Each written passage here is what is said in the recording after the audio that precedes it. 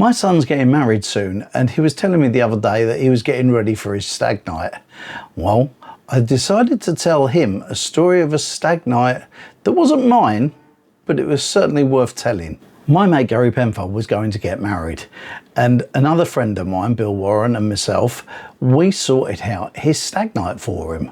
We booked a coach so that nobody had to drive, and we'd planned on a little pub crawl, and we were hoping to end up in Scamps at Sutton, a little nightclub not too far away. And that was the evening planned, dropping us back off at Chertsey at the end of the evening. Well, the pub crawl part of the evening went well, and we got to Scamps and we couldn't get in. They wouldn't let us in because we were a group of men. So we had a little bit of to-ing and fro-ing with the people on the door, and eventually they let us in. However, when we got in there, we were in there, I don't know, a couple of hours, but it wasn't that great, and in the end we decided to come home. So we arrived back at Chertsey at about 1:30 in the morning, and people still had bottles of drink and all that sort of stuff. So they brought them as they come off the coach. We got off the coach, got down, and it was at that time that they decided that as the youngest person in the group, they were going to torment me. They surrounded me and started pouring bottles of drink over my head, so my hair was soaked. And then they decided to strip me off. They pulled my shirt off, my trousers, my underpants, and even a sock. I had no shoes, I had one sock. So there I am, naked. And then they decide to chase me down the road. So I'm running down the road to the left, and at the end of the road there's a roundabout, and they're still chasing me. So I turned right and I'm running down this road. So I'm running down the road naked apart from one sock, and coming in the other direction was a police car. The police car stops and I'm stood there like a rabbit in the headlights, didn't know what to do. One of the policemen got out one of those high visibility jackets and put them on me, so at least they covered up all my bits. And then they told me to get in the car, and they were taking me back to the police station in Chertsey. And now I was getting really worried, not over going back to the police station, but worried about what my dad was gonna say if they called him up and got him to come out.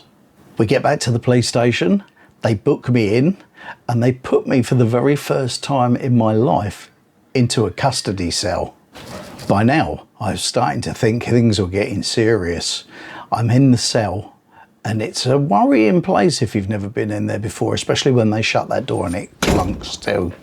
After about half an hour, the door opens and I'm confronted with two young policewomen. I stand up, and to be honest with you, I'm quite scared, because one of them says to the other, "Is that him?" And the other one looks back and she went, "I think it is." And they walked towards me, and I'm stood with this high visibility jacket. I'm pulling the front down as much as I can, and they're walking around me saying, "It is him, isn't it?" And I'm going, "No, it's not me." And then one of them looks at me and says, "You are him. You're the one that we chased, who jumped into the Thames and swam across the other side of the river." To which I reply, "It can't have been me. I can't even swim. It couldn't have been me you chased. And besides, smell my hair, smell my hair. It's beer you can smell, not water." All of a sudden, they burst out laughing. It turns out that they hadn't been chasing anyone at all. It was just a quiet night in the police station, and they decided to have some fun with me. Anyway, they leave me in the cell, shut the door back up, and I'm sat in there again on my own. Time goes by, and it's probably another hour later before the door opens again, and a policeman says, "Out you come, we're gonna take you home." And now I'm a little bit relieved, because at least my dad's not gonna have to come and get me out of the police station. They take me to the car, put me back in the car, and then they drive me home. We get home, I get out of the car, and as I'm walking towards my place, one of them goes, "Oi," and I look round and he went, "Haven't you forgotten something?" I said, "Sorry?" And he went, "I want my high visibility jacket back." I start to get really worried again, because it's now about 3 o'clock in the morning. I've given them my high vis jacket back, and I've got to go and knock somebody up to let me in, and I'm naked apart from one sock. All I can tell you is my mum was not a happy woman. She answered the door, looked at me and went nuts. But at least I got home. So the next day, my dad took me back to Chertsey and we had to go hunting for my clothes.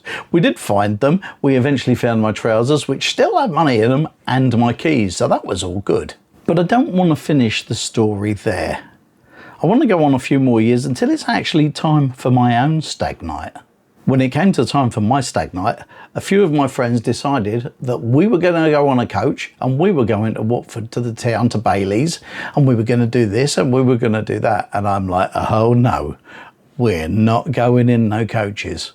We'll go in separate cars. So that night we gathered in the yard at Rickmansworth, and there was a few there, maybe about 10, 15 of us. And so everybody gets in their cars and we're all going to Bailey's at Watford. So everybody starts going out and I end up hanging back until the last. Everybody goes out of the gate and turn right to head towards Watford. I do no more than turn left. And just along there on the left is a little pub, and me and my cousin spent my stag night in there on our own. I don't know what the rest of them did, but I wasn't going to get done again. Fortunately, my son's stag night turned out a little bit better than mine did. So if you'd enjoyed today's story, all I can ask you to do is hit that like button. Don't forget, you can share it if you want to. And if you want to watch another story from my life, have a look up there, because there's another one there to tell. And I'll see you next time. Ta-da now.